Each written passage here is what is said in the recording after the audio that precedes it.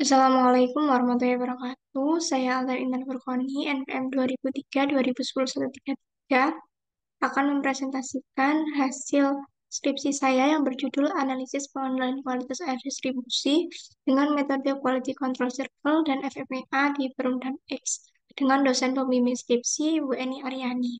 Saya merupakan mahasiswa dari Program Studi Teknik Industri, Fakultas Teknik dan Sains, Universitas Pembangunan Nasional Veteran Jawa Timur, tahun ajaran genap 2023-2020. Latar belakang penelitian ini, air memiliki peran vital dalam kehidupan, sehingga penyediaan air bersih sangat penting bagi kelangsungan hidup manusia. Namun, kualitas air minum di banyak negara, terutama di negara berkembang, sering tidak memuaskan dan menyebabkan berbagai penyakit yang ditularkan melalui air akibat kontaminasi dari polusi industri, limbah domestik, dan aktivitas pertanian. Perumdam X merupakan BUMD yang bertugas mengolah dan mendistribusikan air minum di Kabupaten X menggunakan Sungai Brantas sebagai sumber air utama dan melalui beberapa tahap pengolahan di instalasi pengolahan air. Namun, kualitas air hasil pengolahan sering tidak memenuhi standar yang ditetapkan, seperti pH di bawah 6,5, kekeruhan di atas 1 NTU, dan suhu yang tidak sesuai dengan standar Kemenkes RI nomor 2 tahun 2023. Untuk mengatasi masalah ini, dilakukan penelitian dengan menggunakan pendekatan Quality Control Circle atau QCC dan Failure Mode and Effect Analysis atau FMEA. UCC menurut Prof. Kaworu Ishikawa adalah sistem pengendalian kualitas yang efektif dalam mengidentifikasi dan memecahkan masalah kualitas menggunakan QC7 Tools. Sementara itu, FMEA membantu menganalisis hubungan sebab akibat secara sistematis untuk meningkatkan kualitas produk dan efisiensi proses produksi. Rumusan masalahnya, bagaimana kualitas air distribusi di Perumdam X dan usulan perbaikan untuk meningkatkan kualitas air distribusi.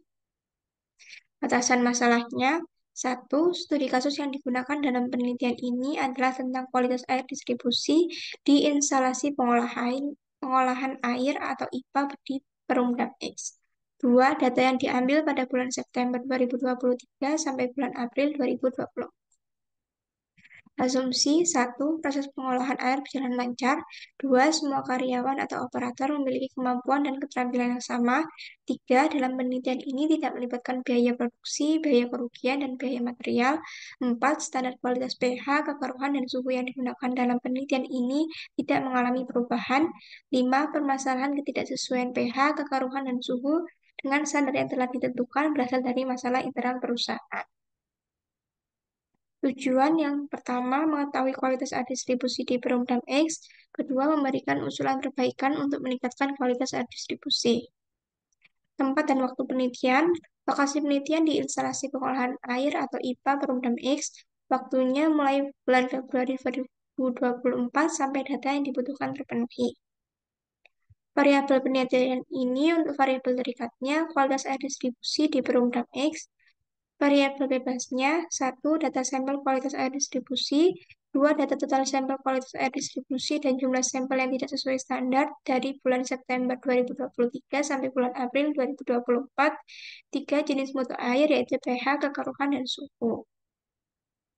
Langkah-langkah pemecahan masalah, mulai studi pustaka dan survei lapangan, kemudian perumusan masalah, tujuan penelitian, identifikasi variabel, pengumpulan data. Yang pertama, data sampel kualitas air distribusi, data total sampel kualitas air distribusi, dan jumlah sampel yang tidak sesuai standar dari bulan September 2023 sampai bulan April 2024.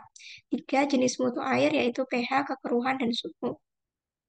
Selanjutnya, mengumpulkan dan meninjau data pada Jackset, mengelompokkan atau stratifikasi data berdasarkan jenis mutu, membuat histogram dengan mengumpulkan data dalam interval kelas tertentu, mengurutkan frekuensi jumlah sampel mutu yang tidak sesuai dan terbesar ke terkecil menggunakan Pareto chart, membuat scatter diagram untuk mengetahui hubungan antara dua variabel penelitian, membuat control chart untuk X bar dan R, kemudian, apakah data tersebut dalam batas kontrol atau tidak?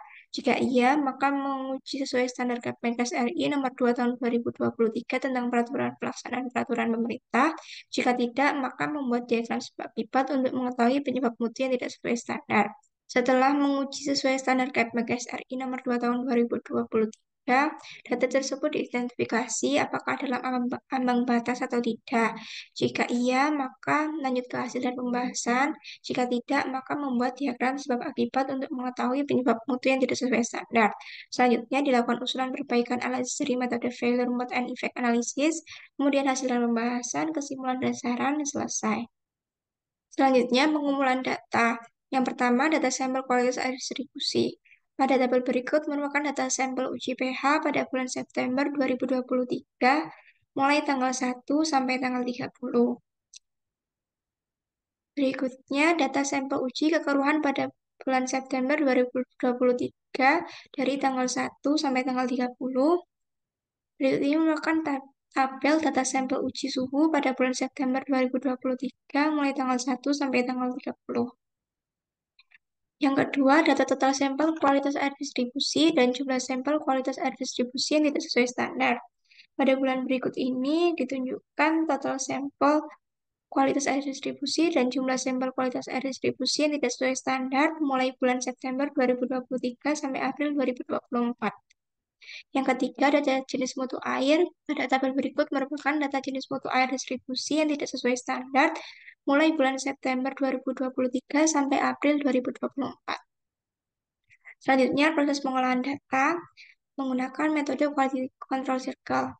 Yang pertama, check sheet. Berikut ini merupakan check sheet mulai bulan September 2023 sampai April 2024. Yang kedua, stratifikasi. Berikut ini merupakan stratifikasi mulai bulan September 2023 sampai April 2024. Yang ketiga, histogram. Dari grafik histogram ini dapat diketahui urutan jumlah sampel yang tidak sesuai standar dari yang terbesar, yaitu pH, kemudian kekeruhan, dan suhu. Yang keempat, Pareto chart. Dari Pareto chart ini dapat diketahui urutan jumlah sampel yang tidak sesuai standar dan juga persentase masing-masing jumlah sampel yang tidak sesuai standar berdasarkan jenis mutunya. Untuk pH 37%, kekeruhan 32%, dan suhu 31%. Yang kelima, scatter diagram. Scatter diagram digunakan untuk mengetahui hubungan antara variabel X dan variabel Y. Berikut ini merupakan scatter plot pH tidak sesuai standar dan total sampel. Dari scatter plot ini dapat diketahui hubungan antara total sampel dan pH tidak sesuai standar berkorelasi positif. Berikut ini merupakan scatter plot kekeruhan tidak sesuai standar dan total sampel. Dapat diketahui bahwa hubungan antara total sampel dan kekeruhan tidak sesuai standar berkorelasi positif. Berikut ini merupakan scatter plot suhu dan total sampel. Dapat diketahui bahwa hubungan total sampel dan suhu tidak sesuai standar berkorelasi positif. Yang keenam, peta kontrol. Untuk jenis mutu pH, berikut ini merupakan peta kontrol ekspor jenis mutu pH pada bulan September 2023. Dapat diketahui dari peta kontrol ini bahwa terdapat data yang keluar dari batas kontrol. Selanjutnya, peta kontrol R jenis mutu pH September 2023. Dari peta kontrol ini dapat diketahui bahwa tidak ada data yang keluar dari batas kontrol atas maupun bawah. Kemudian, rekapitulasi sampel yang keluar batas pada peta ekspor dan R. Untuk peta kontrol X, yang keluar batas yaitu pada bulan September 2023, November 2023, dan Januari 2024. Untuk peta R, petanya terkendali semua. Selanjutnya, untuk jenis mutu kekeruhan. Berikut ini merupakan peta kontrol X-bar jenis mutu kekeruhan pada bulan September 2023. Dari peta kontrol X ini dapat diketahui bahwa ada data yang keluar dari batas kontrol. Kemudian peta kontrol R jenis mutu kekeruhan September 2023.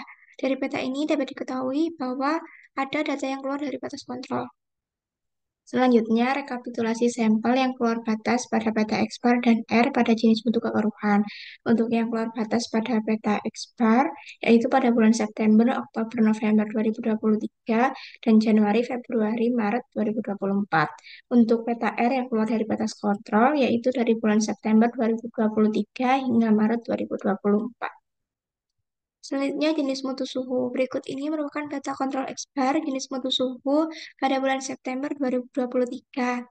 Dapat diketahui dari peta ini tidak ada data yang keluar dari batas kontrol. Selanjutnya, peta kontrol R jenis mutu suhu pada bulan September 2023. Dari peta ini dapat diketahui bahwa tidak ada data yang keluar dari batas kontrol. Yang ketujuh, diagram sebab akibat. Yang pertama ada pH yang tidak sesuai standar. Dari faktor measurement diakibatkan oleh jadwal dalam kalibrasi pH meter kurang teratur. Dari faktor manusia diakibatkan pekerja kurang mentaati SOP pengukuran pH. Dari faktor metode diakibatkan dosis pemberian kaporit yang kurang tepat.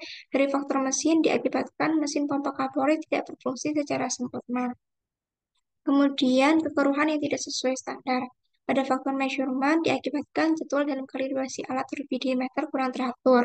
Pada faktor manusia diakibatkan kurang optimal dalam setting dosis ACH pada mesin pompa.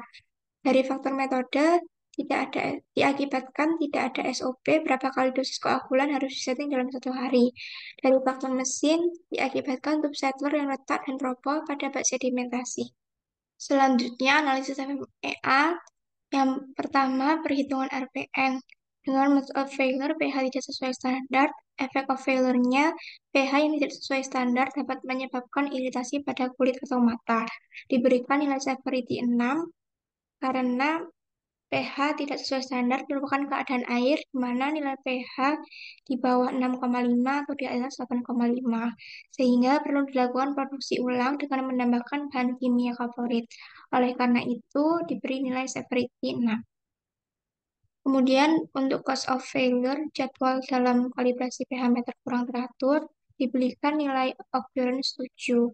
Karena penyebab ini memiliki kemungkinan dapat terjadi kurang lebih satu kali dalam 20 pengamatan.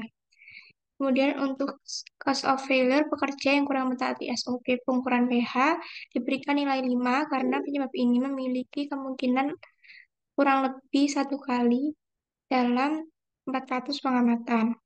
Kemudian untuk cause of failure dosis pemberian kaporit yang kurang tepat diberikan nilai 6 karena penyebab ini memiliki kemungkinan dapat terjadi kurang lebih satu kali dalam 80 pengamatan. Selanjutnya, cause of failure mesin pompa kaporit tidak berfungsi secara sempurna diberikan nilai 5 karena penyebab ini memiliki kemungkinan dapat terjadi kurang lebih satu kali dalam 400 pengamatan. Selanjutnya, current control. Untuk current control harus dilakukan jadwal kalibrasi ulang yang jelas, misalnya 1 bulan sekali mesin dikalibrasi, diberikan nilai 4 karena tindakan ini memiliki peluang tinggi untuk mendeteksi kegagalan. Kemudian untuk current control, dilakukan pengawasan antar pegawai shift saat pengukuran pH diberikan nilai 5 karena tindakan ini memiliki peluang sedang untuk mendeteksi kegagalan. Untuk current control dilakukan pengukuran manual dosis kaporit, diberikan nilai 6 karena tindakan ini memiliki peluang rendah untuk mendeteksi kegagalan. Untuk current control harus dilakukan preventive maintenance pada mesin pompa kaporit, diberikan nilai 4 karena tindakan ini memiliki peluang tinggi untuk mendeteksi kegagalan. Sehingga didapatkan nilai RPN 168, 150, 216, dan 120. Selanjutnya, mode of failure, kekeruhan tidak sesuai standar. Efek of failure-nya, partikel-partikel dalam air yang menyebabkan kekeruhan dapat merusak sistem distribusi air, menyumbat pipa dan filter, serta mempercepat kausan peralatan. Maka diberi nilai severity 7 karena kekeruhan tidak sesuai standar merupakan keadaan air di mana kekeruhannya di atas 1 NTU, sehingga diperlukan produksi ulang dengan mengulang proses produksi air mulai pada bak flokkulasi, koagulasi, atau memberikan dosis ACH yang tepat. Oleh karena itu, nilai severity yang diberikan adalah 7. Kemudian untuk cause of failure jadwal dalam kalibrasi alat turbidimeter kurang teratur diberikan nilai 7 karena penyebab ini memiliki kemungkinan dapat terjadi kurang lebih satu kali dalam 20 pengamatan. Untuk cause of failure kurang optimal dalam setting dosis ACH pada mesin pompa diberikan nilai 7 karena penyebab ini memiliki kemungkinan kurang lebih satu kali dalam 20 pengamatan. Untuk cause of failure tidak ada SOP berapa kali dosis koagulan harus dilakukan penyetingan, diberikan nilai 7 karena penyebab ini memiliki kemungkinan dapat terjadi kurang lebih satu kali dalam 20 pengamatan. Untuk cause of failure, tube settler dan roboh pada sedimentasi diberikan Nilai 5 karena penyebab ini memiliki kemungkinan dapat terjadi kurang lebih 1 kali dalam 400 pengamatan. Selanjutnya, untuk current control harus dilakukan penjadwalan kalibrasi ulang yang jelas. Misal 1 bulan sekali mesin dikalibrasi diberikan nilai 4 karena tindakan ini memiliki peluang tinggi untuk mendeteksi kegagalan. Untuk current control harus dilakukan penjadwalan ulang penyuntikan dosis ACH diberikan nilai 6 karena tindakan ini memiliki peluang rendah untuk mendeteksi kegagalan. Untuk current control melakukan pengaturan ulang saat dirasa dibutuhkan diberikan nilai 7 karena tindakan ini memiliki peluang sangat rendah untuk mendeteksi kegagalan. Kemudian untuk current control melakukan pengecekan harian pada bak sedimentasi diberikan nilai 5 karena tindakan ini memiliki peluang sedang untuk mendeteksi kegagalan. Maka didapatkan nilai RPN-nya 196, 294, 343, dan 175. Selanjutnya, rekomendasi perbaikan. Priority pertama, mode of failure, kekeruhan tidak sesuai standar. Untuk cause of failure tidak ada SOP berapa kali dosis keakulan harus dilakukan penyuntikan dalam 1 hari, nilai RPL-nya 343. Rekomendasinya membuat SOP bagi pegawai untuk pengaturan pemberian dosis keakulan yang lebih teratur dan tercatat. Untuk cause of failure kurang optimal dalam men-setting dosis ACH pada mesin pompa, nilai RPM-nya 294, rekomendasinya membuat penjadwalan ulang penyuntikan dosis ACH yang lebih teratur, misalnya tiap 3 jam. Untuk cause of failure, jadwal dalam kalibrasi alat rubidimeter kurang teratur, nilai RPM-nya 196, rekomendasinya menetapkan jadwal rutin untuk kalibrasi ulang alat-alat pengukuran secara berkala dan memastikan semua peralatan laboratorium sesuai dengan standar yang ditetapkan. Untuk cause of failure, tube settler yang dan rokok pada bak sedimentasi, nilai RPM-nya 175. Rekomendasinya mengganti tube settler yang ada dengan unit yang terbuat dari material berkualitas tinggi, yang lebih kuat serta memperbarui desain struktural untuk meningkatkan stabilitas dan ketahanan. Priority kedua, dengan mode of failure pH tidak sesuai standar, cause of failure-nya dosis pemberian favorit yang kurang tepat. Nilai RPN 216 dan rekomendasinya memberikan pelatihan kepada pegawai tentang cara pemberian dosis yang benar serta pentingnya memberikan dosis yang tepat selama proses produksi. Untuk cause of failure, jadwal dan kalibrasi pH meter kurang teratur, nilai RPN-nya 168, rekomendasinya menetapkan jadwal rutin untuk kalibrasi ulang alat-alat pengukuran secara berkala dan memastikan semua peralatan laboratorium sesuai dengan standar yang ditetapkan. Untuk cause of failure pekerja yang kurang mentaati SOP pengukuran pH, nilai RPN 150. Rekomendasinya menyediakan SOP yang mudah dipahami dan diletakkan di ruang laboratorium. SOP ini harus mencakup informasi tentang parameter pengukuran yang baik, teknik pengukuran, dan pemeliharaan pasca pengukuran. Selain itu, bisa dilakukan dengan pengawasan dari supervisor atau atasan yang lain. Untuk cause of failure mesin pompa kapur tidak berfungsi secara sempurna, nilai RPN 120. Rekomendasinya mengimplementasikan predictive maintenance untuk mesin pompa dan menganalisis akar masalah penyebab pompa sering bermasalah. Selanjutnya, kesimpulan. Yang pertama, ketidaksesuaian standar yang dialami pada proses produksi dan distribusi, mulai dari yang paling tinggi hingga rendah secara berurutan adalah jenis mutu pH dengan persentase sebesar 6,45%, jenis mutu kekeruhan dengan persentase sebesar 5,62%, dan jenis mutu suhu dengan persentase sebesar 5,35%. Yang kedua, rekomendasi perbaikan yang diberikan untuk meminimasi adanya kecacatan berdasarkan 5 faktor penyebab atau cause of failure dengan skor RPM tertinggi adalah yang pertama membuat SOP bagi pegawai untuk pengaturan pemberian dosis keakulan yang lebih teratur dan terjadwal. Yang kedua membuat penjadwalan ulang penyuntikan dosis ACH yang lebih teratur, misalnya tiap 3 jam. Yang ketiga memberikan pelatihan kepada pegawai tentang cara pemberian dosis yang benar serta pentingnya memberikan dosis yang tepat selama produksi. Yang keempat, menetapkan jadwal rutin untuk kalibrasi ulang alat-alat pengukuran secara berkala dan memastikan semua peralatan laboratorium sesuai dengan standar yang ditetapkan. Saran yang pertama, perusahaan sebaiknya mempertimbangkan rekomendasi perbaikan yang telah diusulkan dari hasil analisis menggunakan metode quality control filter dan failure mode and effect analysis untuk meminimalisir ketidaksesuaian jenis mutu pada distribusi. Yang kedua, perusahaan sebaiknya dapat meningkatkan kualitas produk dengan mengurangi jumlah ketidaksesuaian mutu melalui perbaikan selama proses produksi. Yang ketiga, perusahaan sebaiknya mengawasi dan meninjau kembali faktor-faktor utama penyebab di produksi, yaitu manusia, mesin, material, dan metode selama proses produksi untuk meningkatkan kualitas produk. Terima kasih, sekian presentasi dari saya, kurang lebihnya saya mohon maaf. Wassalamualaikum warahmatullahi wabarakatuh.